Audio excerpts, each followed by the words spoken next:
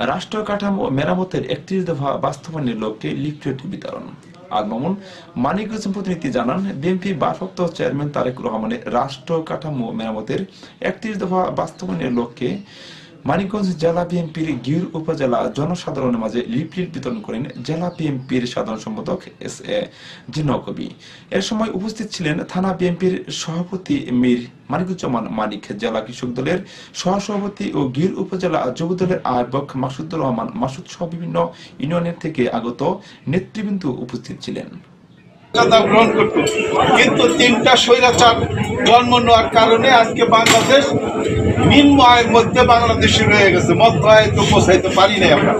আজকে বাজারে গেলে আমরা দ্রব্যমূল্য ঊর্ধ্বগতির কারণে বাড়ির অর্ধেক আহারও আমরা জোগাড় করতে পারি না। শ্রমিকরা সারাদিন কাজ করে, তাদের যে মজুরি পায় সেই মজুরিটা তার বউ বাচ্চার ভর পোষণ করতে পারে না। কেননা এই ৫৩ বছরে পরপর তিনটা স্বৈরাচারের জন্মের দেশ শাসনের কারণে এটা সম্ভব হয় না।